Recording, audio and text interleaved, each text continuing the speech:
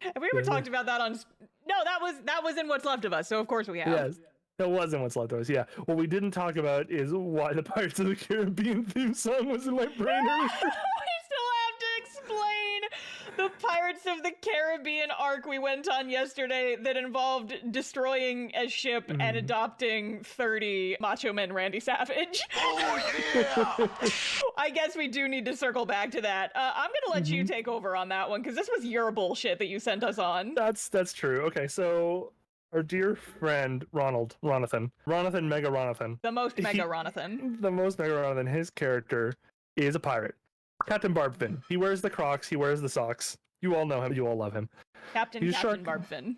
Captain Barbfin. That is his title and his name. We are getting to the part where his storyline is becoming a little bit more prevalent, and so it comes time that the party has really not a whole lot of options to them, but they need to get a boat. And that's Barbfin's specialty, baby. So they go to Waterdeep, and they do a fun little shopping episode. And Verity has 2 wizards in her brain now. Yes, there's more than one wizard now because they met the Blackstaff. But then they go to the docks. Barfin's whole story is that whenever he gets a boat, he gets mutinied probably about 5 minutes into the voyage. This has happened to him very often. So the first thing that happens is they get to the docks, and there are a bunch of boats around. It's a triple-masted ship ready to go, and it's got like a bunch of crew already on it and everything like that. And there's a triple-masted ship that appears to have been converted into a dockside restaurant. There is a couple of single-masted skiffs. There is a couple of rowboats. You name it. Now, being more practical, one of the party members, played by my lovely partner Rose Vale, decides to go up to the boat that is quite clearly a working vessel and ask if they could book passage on it. Rude bunch of replies. They're already on a job apparently, and they will not be dissuaded, and they don't want any more passengers. Thank you very much. So Barfin gets the good idea. Okay, we can't do that. The boat with the restaurant is only filled with waitstaff. They can't be that tough. Worst comes to it, we'll just take the boat. So they get on there, and I have named the boat the cream of the crop because it rises. And almost nobody gets the joke except for dear Ronathan, because Ronathan is a wrestling aficionado. No, I got it. It was just cringe, so I was trying to ignore you.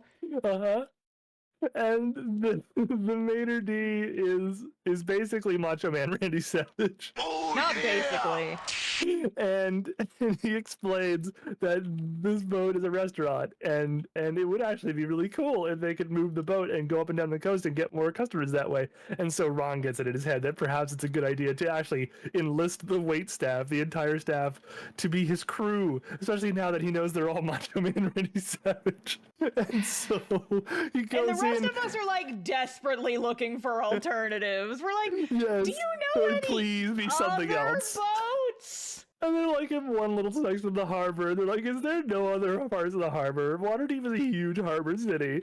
And Ron's like, nope, first thought, best thought. And I'm like encouraging this because, of course, I built a whole thing.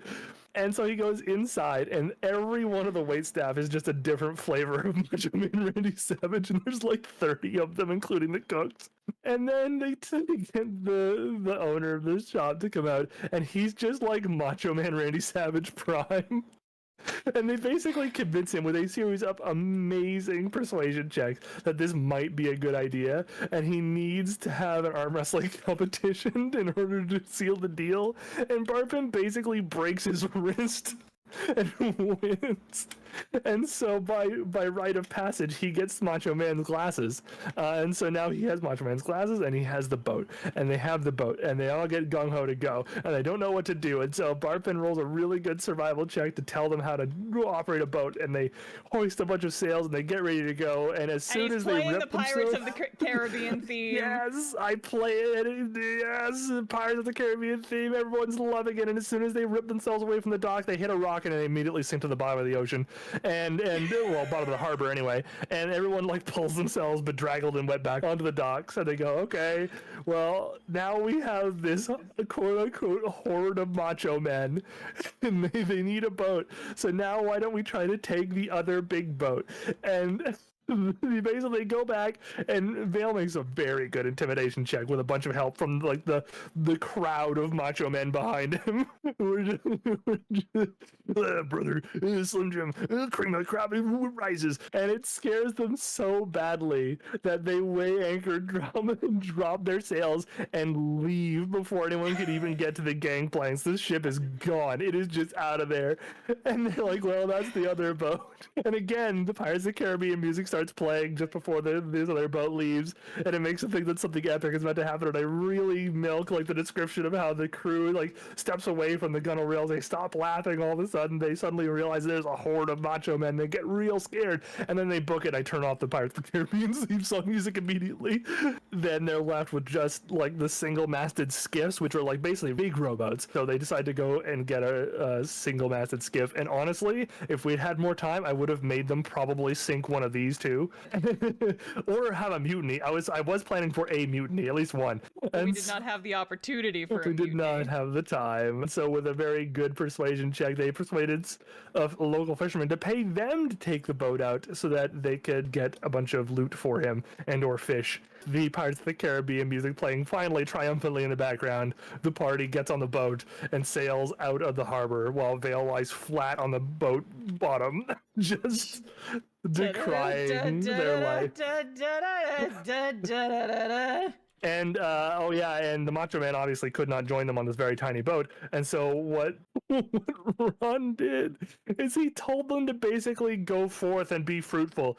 He told them where the gym is, where the brokers are, Bradley and Chadley, from a previous episode, if any of you know where that is. And so all these Macho Men are going to be making their way slowly up the coast from Waterdeep all the way to the mountains above Mirabar, and there's just this like a horde of locusts. These macho men are going to go through the entirety of the coast, eating up all the Slim Jims, destroying all of the infrastructure, having way too many arm wrestling matches. It is just going to be pandemonium, and the party inflicted that on the Sword Coast, one of their many crimes. The point that I made was like the place that got turned into a gym because of some nonsense. The reason we had been there in the first place was Rodin, this guy that I'm drawing right now, but imagine him like 200 years older, requested for us to go out on a mission, go forth, and like liberate, basically is like, hey, there's like this ancient keep that was stolen from us like centuries ago. It should be vacant now. So just go get that back. And then that can be another place that like we can live and shit.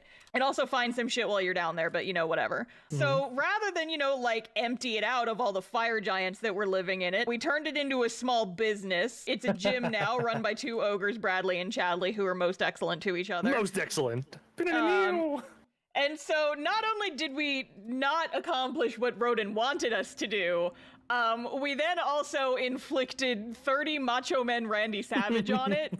And at some point, he's gonna go up there and see that and be like, "Oi, what the fuck?"